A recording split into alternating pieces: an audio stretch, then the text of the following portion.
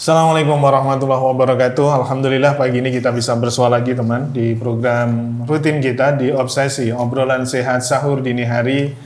Seperti biasa didukung eksklusif oleh RSU Muhammadiyah Ponorogo yang mudah, nyaman, dan islami. Apa kabar teman pagi hari ini? Alhamdulillah saya masih diberi kesempatan menyapa lagi, sebuah kesyukuran barangkali saya masih bisa menemani suasana sahur Anda di Ramadan tahun ini. Saya berharap semoga kita bisa menyelesaikan Ramadan dengan sebaik-baiknya dan tentu dengan dengan hasil yang semoga bisa lebih baik dari tahun-tahun sebelumnya atau bisa jadi lebih baik atau sesuai dengan target-target capaian yang kita sudah canangkan di Ramadan tahun ini. Itu adalah sebuah hal yang barangkali menjadi kebahagiaan. Dan saya ingin menanyakan kabar Anda dulu teman pagi ini, apakah semuanya sehat? Kalaupun sehat alhamdulillah, tapi kalau ada di antara Anda yang mungkin saat ini sedang terbaring sakit atau kurang enak badan, tetap diberi kesabaran dan semoga Anda segera diberi obat sehingga Anda bisa bisa beraktivitas sebaik-baiknya. Jadi jangan lupa kalau mungkin ada keluhan silahkan apapun itu segera saja Anda bisa ke RSU Muhammadiyah Ponorogo Jalan Diponegoro Utara Alun-Alun yang insya Allah tetap akan memberikan layanan sepenuh hati dengan mudah, nyaman, dan islami. Pagi ini teman, saya tidak sendirian, alhamdulillah sudah hadir bersama dengan saya. Beliau adalah, mohon maaf kalau nanti salah dok ya, karena panjang banget dan Kevin ngasih note-nya agak kecil banget ya. Dokter Atrika Rahmadiana Surya Putri, spesialis radiologi. Betul dok? Betul. Saya harus panggil apa dok? Atrika. Atrika, oke Mbak Atrika ya. Jadi sekali lagi Dokter Atrika Rahmadiana Surya Putri, spesialis radiologi dan beliau adalah dokter spesialis radiologi di RSU Muhammadiyah Ponorogo. Pagi ini teman kita akan coba mendalami tentang pelayanan radiologi. Nah ini ya, saya termasuk yang tidak terlalu tahu tentang seperti apa sih sebenarnya radiologi, seperti apa dunia radiologi gitu ya Mbak ya, dengan segala keunikan. Nggak ada ya, radiologi nggak ada yang unik ya Mbak ya? Ya, terlalu hitam putih. Hitam putih ya, tidak pernah ada hijau, biru, nggak bisa ya Mbak ya? Rata-rata hitam putih semua. Rata-rata hitam putih semua, ya itu. Nah ini teman, jadi kita akan bersama dengan Dokter Atrika pagi hari ini. Dan Mbak, yang pertama mohon maaf ini ada dua hal yang tadi sudah saya tanyakan ke beliau sudah menjawab. Yang pertama adalah dari nama Mbak Atrika, yang pertama adalah kemungkinan yang pertama Bapak atau Ibu Mbak Atrika, yang pertama adalah penggemar berat Radio Gema Surya. Yang kedua dekat dengan Persyarikatan Muhammadiyah. Yang mana Pak? Keduanya benar. Alhamdulillah. Saya jadi mantap ini.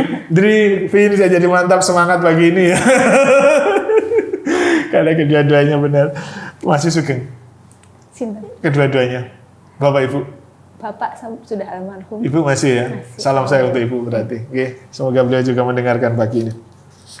Dok, radiologi dok, radiologi. Apa sih sebenarnya dok radiologi? Kalau di bahasa orang awam kayak apa sih sebenarnya? Apa sebenarnya radiologi dok? Jadi kita radiologi itu memang tidak terlalu awam ya untuk orang-orang awam, karena memang biasa radiologi klien dari radiologi itu biasanya memang klinisi, dokter spesialis, dokter umum, perawat, bidan. Seperti itu, karena radiologi itu sendiri sebenarnya adalah salah satu cabang ilmu kedokteran yang mempelajari tentang teknologi pencitraan.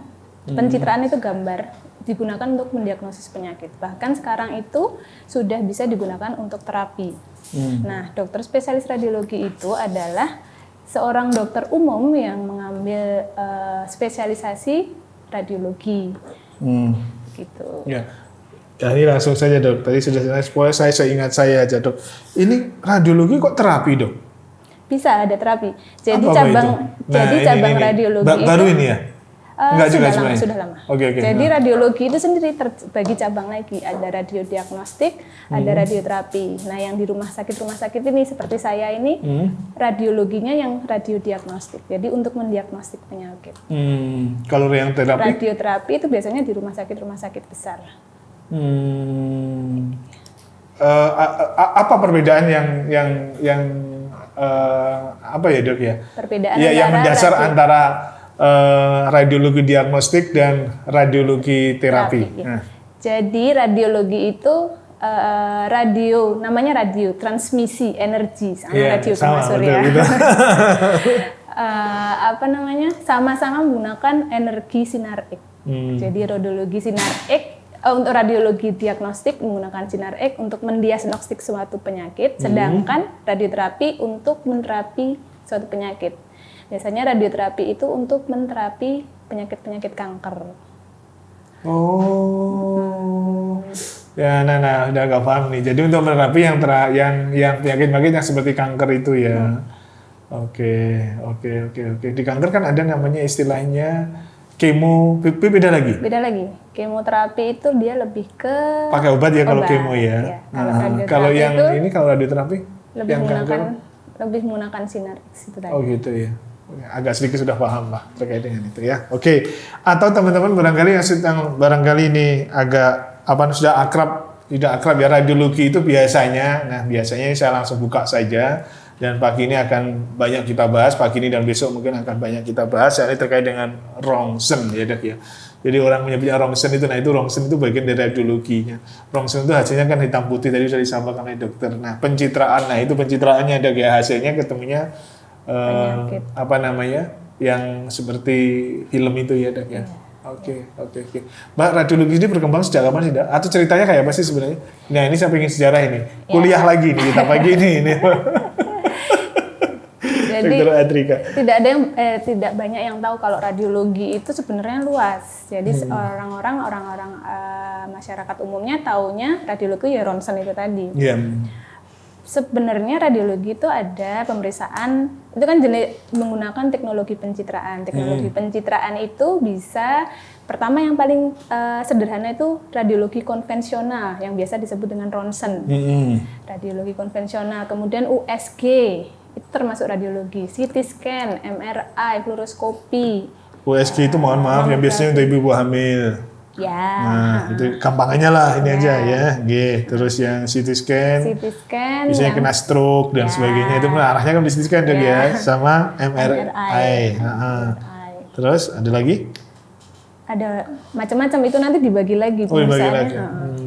Terus kemudian kalau membicarakan tentang ronsen, ada cerita sedikit nih. Ronsen itu sebenarnya tidak banyak yang tahu. Saya juga taunya setelah sekolah ini. Ronsen itu sebenarnya nama orang. Bener nih? Iya. Nama ilmuwan dari Jerman, namanya Wilhelm Conrad Ronsen. Dia jadi 1 abad yang lalu itu menemukan sinar X.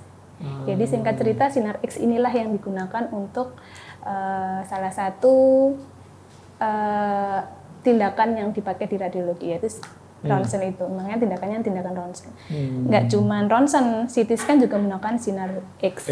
juga. Tapi yang USG, MRI itu beda energi lagi. Beda sumber energi. Kalau ultrasound itu menggunakan gelombang suara, MRI itu menggunakan magnetik. Jadi tidak ada radiasinya. Tapi pada dasarnya sama kan? Pada dasarnya pencitraan, cuman intinya pencitraan. Alat sarananya yang beda. Sarananya beda. Kalau yang paling baru Dok di radiologi itu pakai apa? Ada nggak Dok? Ya, perkembangan teknologi yang paling baru? Yang terbaru, kita dikabarin dong. Yang paling canggih itu MRI. MRI sekarang. Itu yang di dunia ini ya, yang paling canggih sekarang masih MRI itu. Iya. Cuman MRI-nya di teknologi MRI-nya yang diperbarui. Seperti bisa pemeriksaan dulu MRI cuma bisa kepala, sekarang bisa untuk jantung real time. Jadi di MRI itu bisa melihat gerakan. Mungkin di sosmed suka melihat ada gerakan bayi dilihat dari MRI gitu-gitu. Kan kalau bayi kan tidak boleh ada radiasi. Nah, MRI ini tidak ada radiasi. Jadi bisa melihat pergerakan bayi melalui MRI. Kalau MRI sendiri apa nih yang membedakan sedikit? Tadi sudah atau belum ya? Belum ya? Belum. MRI MRI sama itu USG, USG, ha? tidak menggunakan sinar X. Oh gitu. Terus dia pakai apa ini? Magnetic Resonance Magnetic Imaging, resonance. MRI. Oh. Jadi menggunakan kekuatan magnet. Itu tentu dengan teknologi yang lebih baru, akurasinya juga lebih akurat, atau apa ini yang membedakan? Jadi setiap pemeriksaan radiologi itu mempunyai sensitivitas masing-masing. Jadi walaupun ronsen memang yang paling sederhana, paling ibaratnya paling awal jadul lah. Bukan berarti dia jelek, enggak. Dia bagus untuk tulang. Bahkan dibandingkan MRI pun pemeriksaan pertama yang paling bisa untuk screening itu adalah ronsen. Malah Ada gitu ya? beberapa kasus yang misalkan di kasus-kasus misalkan pasien tiba-tiba langsung di MRI, tidak dilakukan ronsen. Kadang-kadang dilihat dari MRI-nya itu bingung, ini ke arah mana? Harus melihat dari ronsen awalnya. Khusus untuk kasus-kasus tertentu ya, untuk kasus tulang seperti itu. Dok, mohon maaf ini, nanti saya akan tanyakan juga karena ada perkembangan yang sedemikian ini, bagaimana posisi ronsen sebenarnya, tapi itu nanti dulu. Nah, saya pengen tahu ronsen itu kalau orang awam melihatnya kan seperti dokter katakan tadi kan hitam putih aja nih. Lihatnya juga enggak, ini apa sih sebenarnya, orang kan nggak bisa nih nggak lihat kalau dokter. Itu emang disengaja supaya sekolah ke sana atau akurasinya seperti apa sih dok sebenarnya? Nah kalau orang awam kan lihatnya ini sebenarnya apa sih ronsen, kan kayak gitu. Nah kadang-kadang terus timbul, nah ini kok bisa? Maksudnya dari ronsen? Iya dari ronsen akurasinya itu seperti apa sih mas? 100% bisa ya? Oh, tidak ada yang 100% di dunia ini. Siap. Berarti tidak ada yang sempurna di dunia ini. Ya, jadi kalau ronsen karena dia menggunakan sinar X paling bagus ditangkap oleh tulang. Jadi dia bagus untuk kasus tulang, bukan berarti untuk kasus-kasus yang lain tidak bisa. Oh, gitu ya. Dia biasanya digunakan untuk screening penyakit awal. Iya. Tapi insya Allah, enggak, maksud saya bukan kok nggak yakin ini dok. Saya cuma pengen menanyakan saja akurasinya itu akurasinya sampai berapa? Katakanlah gini, saya itu kan kebetulan saya bapak, itu kan dia sudah meninggal sih sebenarnya. Nah dulu kan sering kena kencing batu, nah itu kan di ronsen dok. Itu kan kita nggak ngelihat batunya yang mana sih sebenarnya, nah kayak gitu deh. Kemudian terus kok bisa gitu loh maksud saya. Dokter bisa bilang, oh ini sudah batunya sudah segede ini nih. Nah, ini kan kelihatan tuh dari ronsen kayaknya gitu. Nah, seberapa besar akurasinya? Seperti yang saya bilang tadi, sesuai dengan kasus. Selain kasus-kasus tulang, patah tulang, tumor tulang, itu ada juga batu juga. Iya. Batu sifatnya kan sama seperti tulang. Dia batu kalsifikasi, pokoknya sesuatu yang kalsifikasi kepadatannya hampir sama dengan tulang. Itu bagus dilihat dengan menggunakan ronsen. Karena benda-benda ini seperti tulang, kalsifikasi itu sangat bagus menyerap si sinar X itu. Jadi dia akan terlihat di foto X-ray. Oke. Insya Allah gambarannya sudah bisa didapatkan ya teman-teman yang di rumah kayak apa sih sebenarnya radiologi. Nanti habis ini di sesi kedua kita akan coba banyak mengupas tentang seperti apa sih sebenarnya perkembangan di RSU Muhammadiyah Ponorogo terkait dengan keradiologian. Mohon maaf kalau saya salah nyebutnya, Deng ya. Supaya saya enak saja ini ngomongnya soalnya ya. Jadi soal keradiologian nanti akan kita hadirkan di sesi 2 program obsesi obrolan sehat sahur dini hari pagi hari ini ya. Kita akan lanjut lagi selepas beberapa yang lewat ini.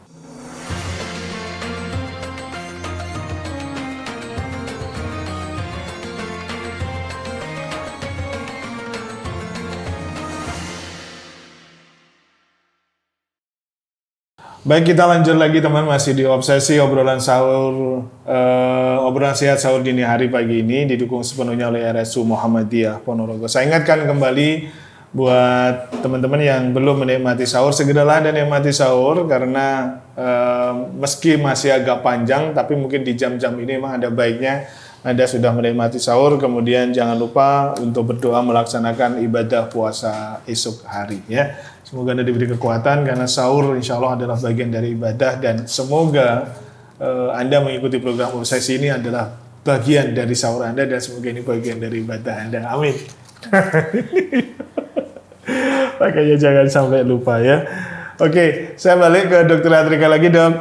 Ya, belum menikmati sahur kita pagi ini, ya. Tapi nggak apa-apa, kita masih kuat lah, insya Allah dok ya. Meski seteguk air baru kita nikmati dok ya.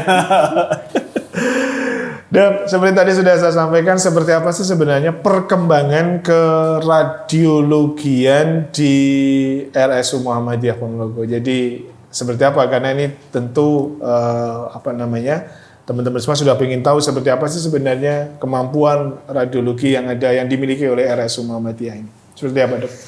Iya, saya di Rumah Sakit Muhammadiyah itu sudah lumayan dari 2012 ya. Itu dari yang belum ada CT scan, USG-nya masih yang jadul, pemeriksaan ronsennya masih terbatas. Sekarang itu kita sudah mulai menambah variasi dari pemeriksaan. Dari ronsen kita sudah bisa ronsen polos yang radiologi konvensional seperti ronsen dada, ronsen perut, tulang dan lain sebagainya.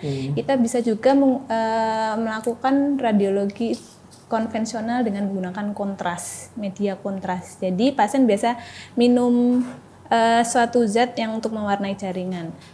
Oh, iya, kenal saya. Ya, itu satu. Itu macam-macam. Kemudian USG kita itu sudah dimiliki ya, sudah bisa ya kemampuan yang pakai radio kontras tadi sudah ya, siap. Terus kemudian USG-nya pun yang tadinya cuman grayscale itu hitam putih, kita sudah bisa dengan Doppler. Jadi kita bisa melakukan USG Doppler vaskular, kemudian muskuloskeletal. Doppler vaskular itu untuk mengevaluasi pembuluh darah. Kemudian mata juga bisa, USG mata, USG muskuloskeletal, otot dan lain sebagainya. Dan yang paling canggih ini CT scan kita sekarang sudah 16 slice. Oh, 16 slice dulu. Itu sudah paling canggih itu 16 itu. Belum. Oh, belum ya, tapi ya nanti sudah lumayan lah. Nanti kedepannya pengen di-upgrade lagi. Apa sih Mbak 16 slice itu Mbak? 16 slice itu sebenarnya potongan. Jadi dulu kita sudah punya CT scan tapi masih single slice. Single slice itu potongan. Jadi ibarat misalkan CT scan kepala. Single slice cuma dipotong antara potongan satu dengan potongan lain itu jaraknya terlalu lebar. Jadi kalau misalkan dipotong di sini dan di sini, lesinya di sini, perdarahannya di sini ya nggak kelihatan. Nah, yang 16 slice ini dia potongannya lebih tipis dan bisa untuk dibikin 3 dimensi. Jadi lebih akurat lagi. Walaupun gambarnya nggak terlalu bagus tapi sudah cukup. Mbak, yang saya tanyakan coba satu-satu ya, yang masih ingat ini, yang kebetulan saya itu pernah punya pengalaman terkait dengan yang pakai apa tadi, yang warna-warna tadi Pak? Ronsen. Yang kontras ya, yang kontras itu. Nah, itu juga sudah dimiliki ya, artinya untuk apa sih Mbak? Nggak, kalau dulu itu saya punya pengalaman itu, bapak saya juga nih, jadi sudah lama sih, jadi untuk mengetahui batu juga sih saat itu. Batu juga bisa. Batu juga. Kemudian katanya itu saya juga nggak ngerti itulah. Di dalamnya itu disontekkan atau apa nggak ngerti lah. Saya pokoknya warna-warna yang itu akan bisa menjadikan obyeknya nanti bisa muncul katanya seperti itu. Betul. Itu untuk kasus-kasus apa sih sebenarnya Mbak? Banyak bisa yang kasusnya sorry tadi ya batu nyari-nyari tadi yang nggak ketemu batu. ya, tapi sekarang itu namanya IVP, intravenous pyelografi. Jadi menyuntikkan kontras melalui pembuluh darah untuk melihat gambaran dari ginjal. Kan setiap pembuluh darah yang dimasukkan dengan zat pasti keluarnya ke ginjal kan. Nah itu yang kita kejar. Si zat kontras ini sama sifatnya seperti yang tulang, yang kalsifikasi batu. Dia menyerap sinar X-ray itu dengan bagus. Jadi ketika dia sudah sampai ke ginjal, pas difoto kelihatan saluran-saluran ginjalnya itu kelihatan. Jadi jika dia ada sumbatan, kelihatan. Sekecil apapun insya Allah bisa. Insya Allah bisa. Ya. Tapi kan itu zaman dulu jadul, sudah kena radiasi, kena kontras itu untuk beberapa orang yang memiliki kencing manis, gagal ginjal itu berbahaya. Jadi sekarang kan sudah bisa dilakukan dengan menggunakan USG. Ini yang kedua nih, USG. Tadi nanya USG itu yang ada di benak saya, mohon maaf. USG itu mesti hubungannya dengan ibu hamil. Enggak ya dok emang ya? Tidak. Ini, gitu ya? Iya. Jadi enggak ya? USG enggak hanya, mohon maaf disampaikan lagi nih, enggak hanya untuk pemeriksaan kehamilan itu. Iya, agak diperdalam lah nih. Seperti apa ini sebenarnya? Apa ini USG sekarang berkembang? itu ultrasound. Ultrasound itu berarti gelombangnya menggunakan suara, suara. Jadi sebenarnya bisa digunakan di semua bagian tubuh. Bahkan tulang sekalipun tuh kelihatan di USG. Jadi USG itu bisa dari kepala sampai kaki sebenarnya. Begitu ya? Iya. Tapi untuk kepala, untuk kasus-kasus untuk pada bayi aja. Maksudnya untuk melihat otak pun bisa menggunakan USG, tapi untuk bayi. Tapi untuk di luar tulang, misalkan ada benjolan di kepala bisa menggunakan USG. Gambaran saya nyuruh sewu kan USG itu yang sekali lagi nih gambaran saya ini. Apakah sama nih alatnya dengan yang dipakai oleh saat memeriksa kehamilan kayak gitu tuh? Yang dioleskan dulu, kemudian ada, sama? Sama. Jadi nggak beda ya? Nggak beda. Oh alatnya juga itu? Alatnya itu juga. Cuman yang membedakan mungkin misalkan kalau di kehamilan ada 4 dimensi gitu ya. Ada pemeriksaan 4 dimensi, itu probe-nya, gagangnya. Yang membuat dioles-oles, dioles kan gelnya. Ini gagangnya. Terus itunya itu. Itu yang membedakan itunya aja. Teknologinya sama. Sama, teknologinya sama. Oh. Jadi misalkan otak gitu nyuruh pangapunten nih, adalah saya dokter juga bilang sama nggak dengan saat memeriksa kehamilan, otak diputar lah, nah itu tuh gerak-gerak tuh, nah ya sama bisa. Sama. Oh gitu ya. Sama. Jadi live bisa. Nah ya, real time. Real time gitu ya. Ya, kalau USG keunggulannya dia real time. Oke, dan sekali lagi saya tegaskan di RSUM sudah ya. Oke, kemudian kalau yang CT scan sudah 16 slice. Sudah 16 slice. Insya Allah kalau di Ponorogo ini sudah kompetitif ya 16 slice ya. Iya. Lumayan kompetitif. Cukup kok. 16 Cukup Kak slice. ya. Cukup bervariasi juga pemeriksaan yang kita kerjakan. Oke. Kemudian bagaimana dok? Misalkan saya atau misalkan gimana sih pengen memanfaatkan layar-layar di radiologi? Itu mesti harus ada rekomendasi dokter atau kasus seperti itu? Sebenarnya kalau melakukan pemeriksaan radiologi itu boleh-boleh saja, datang sendiri. Saya mau periksa ini boleh saja, tapi sebaiknya itu seperti saya bilang dari awal, radiologi itu kebanyakan kliennya adalah dokter spesialis, dokter umum, perawat, karena kita bicara kliennya dokter umum, dokter spesialis, bidan, perawat, medis. Karena biasanya yang dituliskan di bacaan pemeriksaan radiologi adalah bahasa-bahasa medis. Takutnya jika ada kelainan, pasien yang datang tanpa menggunakan pengantar itu tidak bisa menangkap hasil bacaannya. Akan lebih baik jika pasien tersebut periksa dulu ke dokter spesialis misal. Kan pemeriksaan radiologi itu ada banyak, ada USG, ada ronsen, ada CT scan. Itu nanti dari pemeriksaan dokter spesialis itu nanti diarahkan. Oh kalau kasus ini lebih baik pemeriksaannya pakai ini. Radiologi dulu dah, biar tahu gitu ya. Radiologinya yang mana? USG kah, CT scan kah? Itu nanti diarahkan seperti itu. Tapi kalau mau datang, saya mau CT scan kepala, suka pusing, nggak apa-apa, bebas. Buka poli nggak dok? Kalau radiologi itu? Namanya apa ya? Poli ya.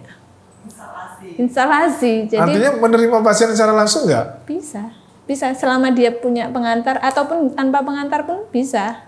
Tanpa pengantar pun bisa. Tapi yang penting tahu mau diperiksa apanya. Masalahnya gini Pak, kalau tanpa arah, maksudnya saya sakit di sebelah sini, sebenarnya bisa dilakukan dengan USG. USG tadi kan tanpa radiasi, sedangkan ronsen ada radiasinya. Kan kasihan sebenarnya tanpa radiasi pun bisa kelihatan penyakitnya apa, tapi dia harus pakai radiasi. Harus kena radiasi. Biasanya kasus pernah nggak ini nerima yang langsung begitu dok? Tanpa Sering. apa? Biasanya kasus apa yang kayak gitu? Itu tadi sakit kepala, pusing, pengen di ronsen. Kebanyakan nggak ada temuan, tapi ada juga yang habis kecelakaan sudah lama, tapi sampai sekarang masih pusing, ternyata retak kepalanya, bisa juga. Bisa juga. Mohon maaf dok, dalam kasus-kasus seperti itu nanti dokter Atrika menerima, kemudian dilakukan pemeriksaan. kemudian hasilnya itu langsung dikomunikasikan. Biasanya kan dokter nih, dokter lain nih yang mana ini, dokter Atrika juga boleh ini katakanlah memberikan. Kalau bertemu dengan pasiennya Saya boleh. Masalahnya radiolog, dokter spesialis radiologi jarang ketemu pasien. Ketemunya ketika Nah, iya, makanya. USG. Nah, kalau USG bisa langsung dikomunikasikan.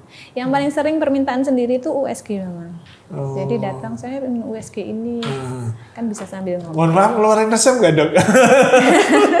Kalau dokter radiologi itu Resep untuk obat apa kasus-kasus apa biasanya misalkan obat gitu bisa nggak? karena Ada nggak? karena radiologi tidak mempunyai poli, maksudnya Iya. tidak berdiri sendiri, Iya. biasanya tidak meresepkan Nggak bisa, obat. ya? Tapi pada basicnya dokter seperti yang saya bilang, dokter radiologi adalah dokter umum yang mengambil spesialisasi radiologi. Dokter umum kan bisa meresepkan, sebenarnya boleh-boleh saja. Oke.